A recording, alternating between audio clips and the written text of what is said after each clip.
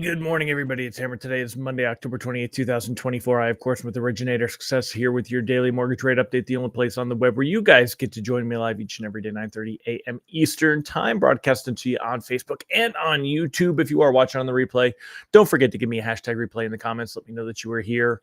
Let Facebook or YouTube know that you were here. Also, don't forget to smash that like button or subscribe. Click that thumbs up on YouTube. Go ahead and tag an LO friend. Share this post in a group. Remember, you can go ahead and sign up for our email lock advice, www.ratelockadvice.com. Get an email to your inbox each and every weekday morning. You can also sign up for our text alerts, www.ratetextalerts.com, if you'd like to be notified by text what's going on in the world. If you want to know that I'm going live, you can get a reminder at hmmr.io/reminder. And last but not least, check us out at originatorssuccess.com. It's going to be a bit of a tough stretch, my friends. This shows you where your marketing, your reputation, your branding, all that stuff has to be coming together. It's got to be working for you. You got to have your stuff dialed in. Business will get easier, but not yet. So check us out at originatorssuccess.com. We'll show you how we help you get some loans from Google and social media. Also, how we help improve all of your other marketing that you are doing and all that jazz. So let's say hi to the live folks. Who do we got here this morning? If you're here this morning, say good morning. First one on was Mike Tebow. Good morning, sir. Great to have you here. Jeremy Lowe needs some great news. I don't have great news for you. Barely got good news, Jeremy. It's going to be a crazy week, but we'll talk about that. Randy Tico, giddy up, sir. Great to have you here. Mallory Fotiadis, good morning. Angela Walters, great to have you. Deb Dickinson, great to see you as well. James Mahan, how are you, sir? Hope all is well in your world. Amy Blauser, good morning. Michael Love, great to have you here. Megan Lindberg, hello. Rob Stewart, good morning, sir. Great to have you here as well. So, all right, that looks like everybody, at least that is currently on this morning. Let's go ahead and pull up the the screens. Good morning, Colin Jordan. Good to see you, sir. All right, so here we go. This morning, mortgage-backed securities currently up 1 basis point.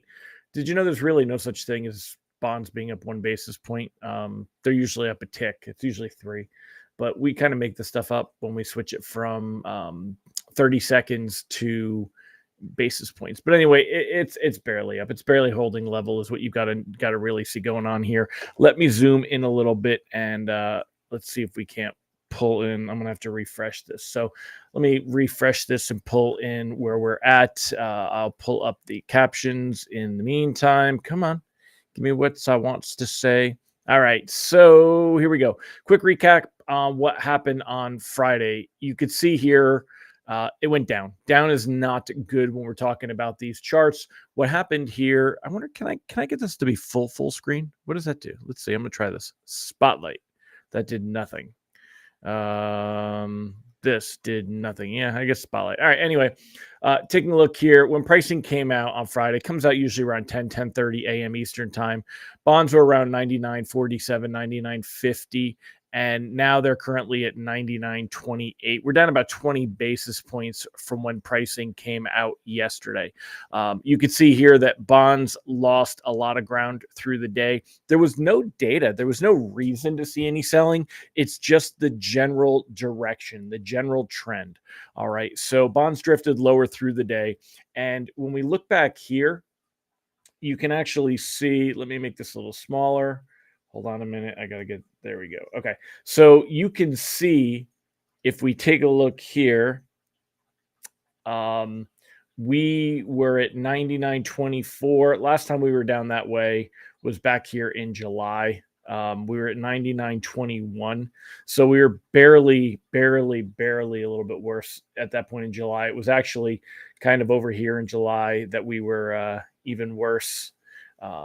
Just, at the end of June, early July. So I mean, just to see this total reversal, I was late to the party with locking. We did that up here, but just to see rates raising, and you take a look and use Mortgage News Daily as a reference point, we were at 6.11 and now we're back up to 6.9. We'll be breaking 7. There's a really good chance we could be breaking 7. So rate sheets today are going to be worse. Again, when you see, even though we're up now 5 basis points on the day, and this looks good, that's not good because we're still, look how much lower this line is than up here. So when pricing came out on Friday, we were up here right around 99.50-ish. Now we're around 99.30. So we're down about 20 basis points on the day from when Friday's pricing came out. And that's why pricing today is going to be worse. Reprice risk on the day is moderate. Although we're up a little bit to start the day, there's no reason to expect that we'll necessarily hold steady. We're continuing to see a kind of a slow decline. Take a look at the 10-year Treasury yield here, because as the 10-year goes, so will mortgage-backed securities. We capped out 4.25. It dropped down to 4.22, back up 4.24 this morning, 4.24. So we're kind of holding steady here, and but this is barely a breath that we get until we get into rolling into the rest of the data this week. And as far as the outlook goes, I mean, the outlook depends on the data. It's 100% all about whatever happens with the data this week. So this is going to be a very busy week. Remember, I mean, we start out today. It's just there's not really that much going on. Let's use, I'm going to make this full screen and put my head down here. Let's use this for the calendar for the week. It's just a nice visual. So you got the 2-year Treasury auction early this afternoon. Okay. Oh, and then there you go. We've got the 5-year Treasury auction at 1:00. Neither one of these are going to be a big deal today. We've got a 7-year Treasury auction here. Let me refresh this because it's glitched. We have the 7-year Treasury auction on at 1 p.m. tomorrow. Consumer confidence and JOLTS at 10 a.m. So whatever happens today and whatever calm we get, we're going to get the home price index, the FHFA home price index, Case-Shiller numbers tomorrow. Those aren't going to affect rates at all. This is just housing data. Same thing with pending home sales. None of that's going to affect rates at all. But we've got consumer confidence and JOLTS data tomorrow in the morning as pricing starts to come out. The JOLTS data being probably the more important of the two, but they're both going to get looked at. If we see economic strength and labor market strength, this is going to continue to push mortgage-backed securities down. It will push this 10-year Treasury yield up, and it would all be bad is the bottom line. This is not good for where we want to be when we take a look at that. On Wednesday, we've got ADP private payroll. That is going to have a little bit more of an effect than normal this week because we are watching jobs data so closely, but you're not going to see this necessarily have a huge effect on things. We got GDP data, including this GDP data has the quarterly PCE, personal consumption expenditure inflation data. So, we're going to see markets looking at that. On Thursday, we've got the actual personal consumption expenditure data. This is the Fed's favored gauge of inflation. That's the one that the Fed actually looks at when they're making their decisions and when they say they want to get at or below 2%. They're looking at this PCE data, the personal consumption expenditure, specifically the core PCE data, which removes food and energy, which is considered to be more volatile. So we've got that coming up on Thursday. And then, of course, on Friday, the big thing coming on Friday, which will of course be the biggest deal of them all, and that is going to be hold on, let's see if we can, there we go. So we'll do, there it is. All right, so on Friday, of course, we got the jobs data, BLS jobs data. So the question is, when is a good time to float this week, right? I don't really see it. I would be locking. We're not jumping into the week with any big gains. We're only up a few basis points to start the day. The 10-year Treasury is still up testing these high yields that we've seen, the highest in, where were we here? Let's see. That was 4.13. So now we got to go to 6 months. When was the last time that we were up as high? So it was back here in July as well. So, we're testing the same levels that we haven't seen since July. It's been 6 months. July, August, September, October, 3 months. Get your math straight, Hammer.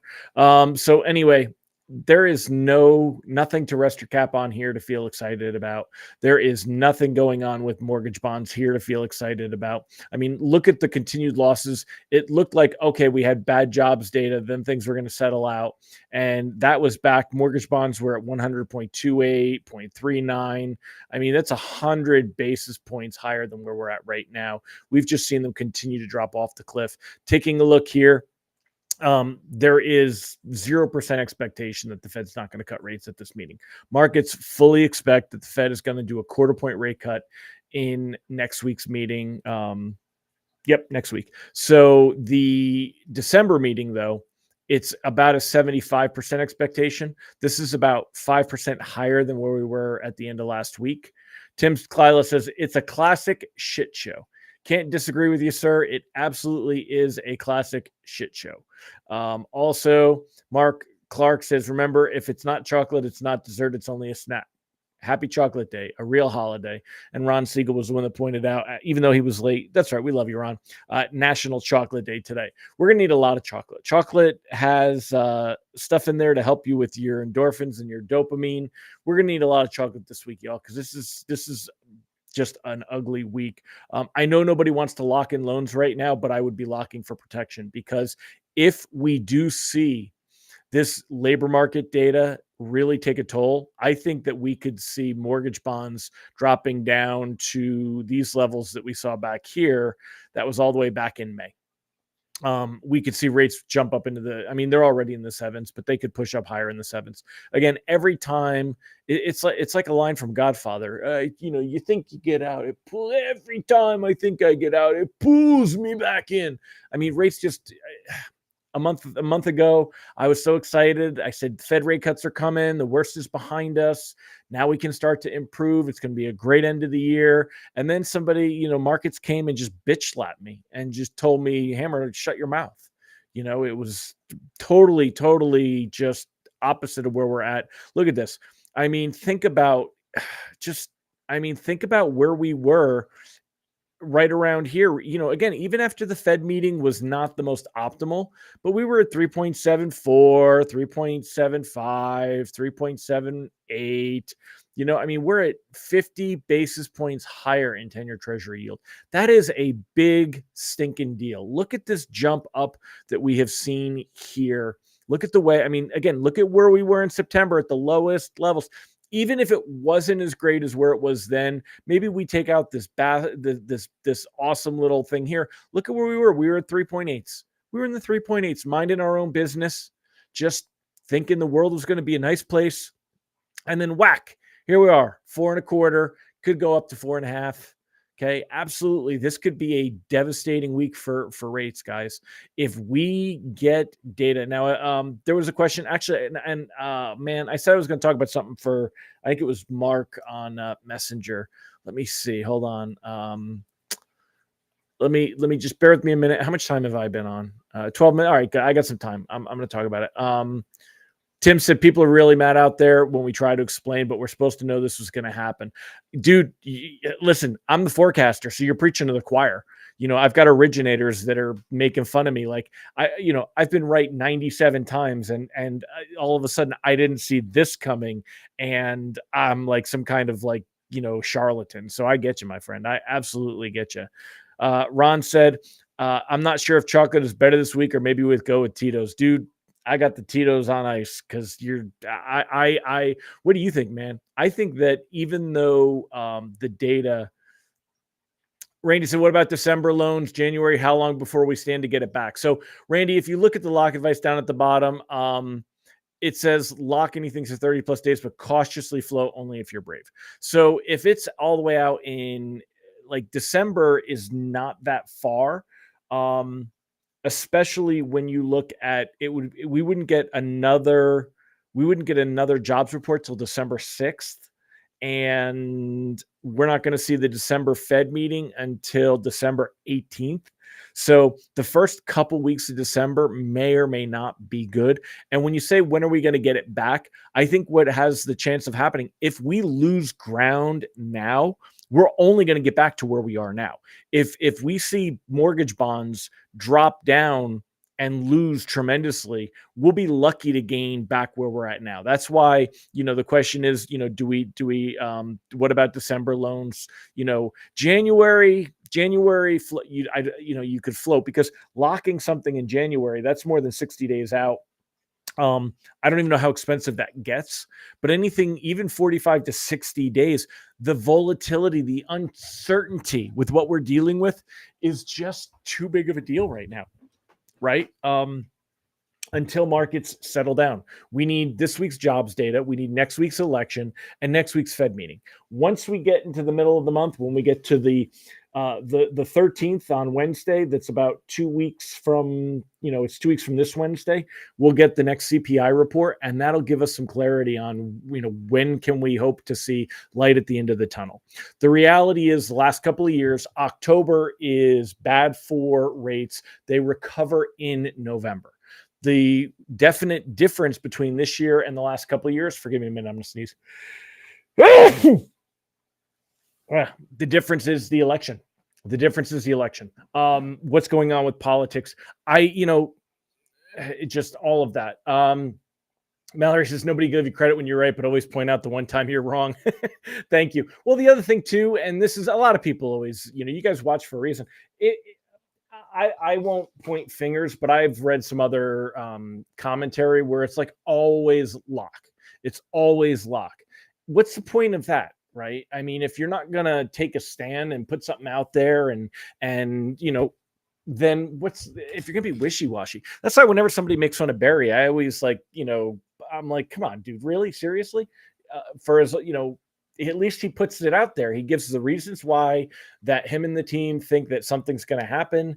And then they talk about, what it could be. And if it doesn't go that way, it doesn't go that way, but they give you a lot of data. They're not just making up a magic 8-ball. Mike Morano, stay positive. Life is happening. People need to move annually. There's 3.6 million babies born. Yep. I mean, there are, and there's also less originators out there. Ron says sometimes the market moves just to prove it can. It can do as it wishes, and we mortals are not nearly as smart as we think. Yeah, exactly. But taking a look at this, hold on one second. Amber said, I mean, I always lock because of one renegotiation during the process, and I'm risk averse. Hey, and if your clients are good with that, then be good with that. There's times, but even when we're looking for when things, you're looking for longer term or what gives reasons for stuff, but stay kind of focusing on this. I was going to talk specifically. Someone was talking, and this is very much on that same thing. Let me find, I get so many of these stinking, messages. Forgive me, y'all. Okay, so here you go. Let's talk about like pricing versus bonds, right? So especially like FHA or VA pricing compared to conventional. Sometimes when we're looking at mortgage-backed securities, and this is the UMBS. There used to be Fannie Mae and Freddie Mac coupons, right? Now they're there because the government took over all of it. So now it's the unified, I forgot what the U actually stands for, but the MBS, well, it's mortgage-backed security. So it's either unified or whatever it is. I forgot what it stands for, but the point being, this is for conventional pricing. Now we could actually go ahead and take a look at Ginnie Mae. And when you look at Ginnie Mae, you're not going to see those bonds changing very much. Well, why is that? Because they're basically, when it comes to traders, they're same thing. There's not really more risk to FHA loans. They're, the way the insurance is set up, things like that. So you're looking at this, but yet your rate sheets may fluctuate more dramatically, especially with something like Fannie Mae or FHA or VA. Why is that? Well, it's because of your secondary department and what it is to actually sell loans on the secondary. So if you look here, like 30-year FHA rates, I mean, we were, when back in the middle of October, when conventional was 6 5/8, this was 6 1/8. Then it jumped to 6 7/8, almost 7, and it's up to 6.36. It's only a quarter higher.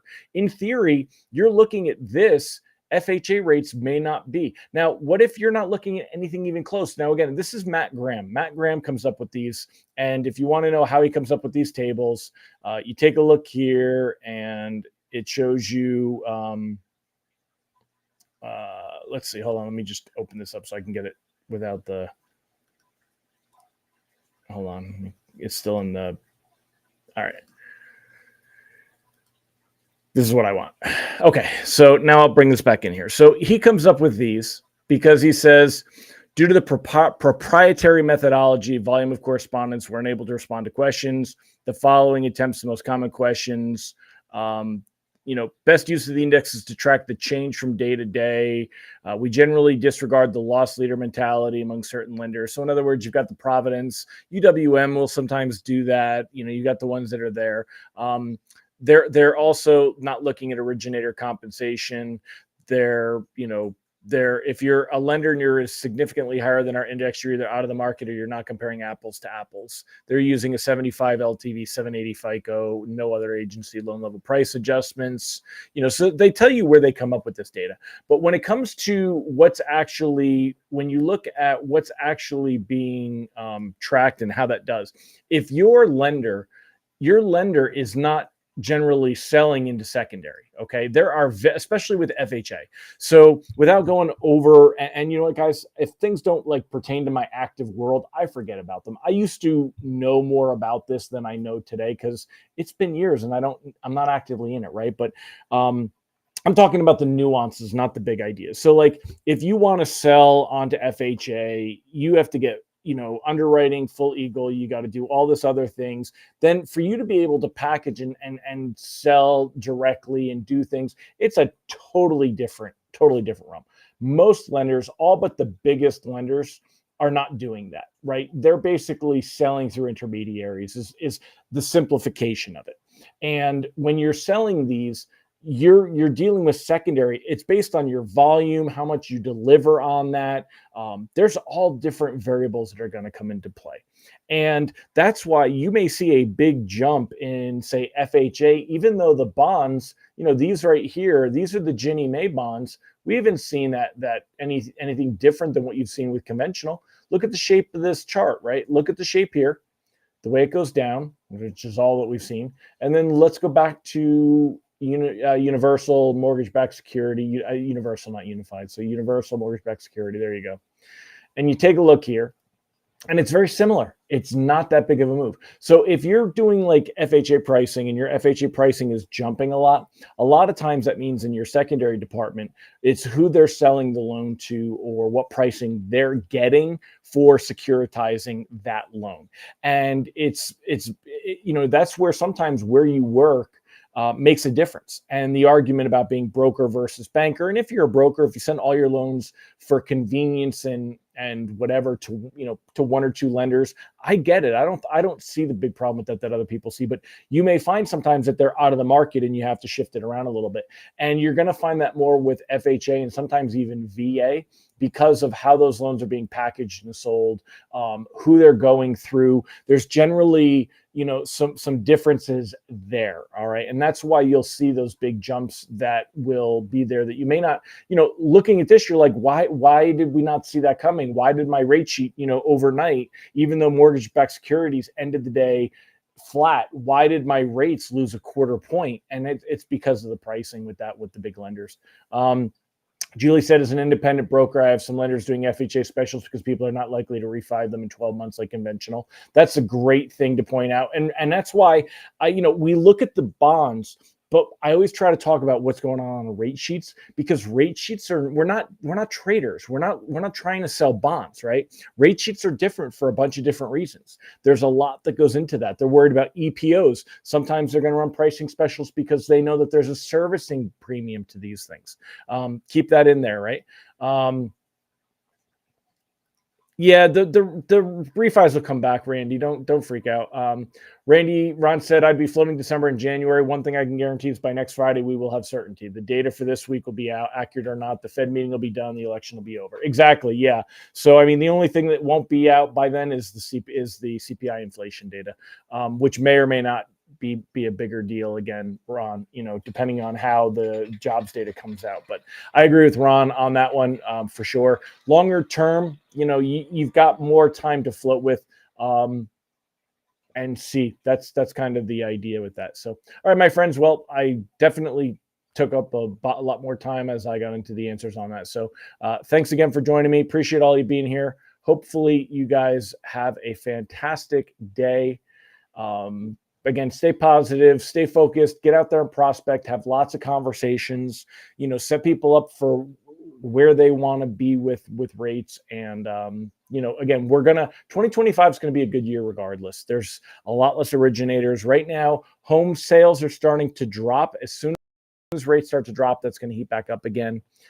So we'll be there. Stay positive, stay focused, and we'll get through this. All right, everybody. I'll catch y'all tomorrow.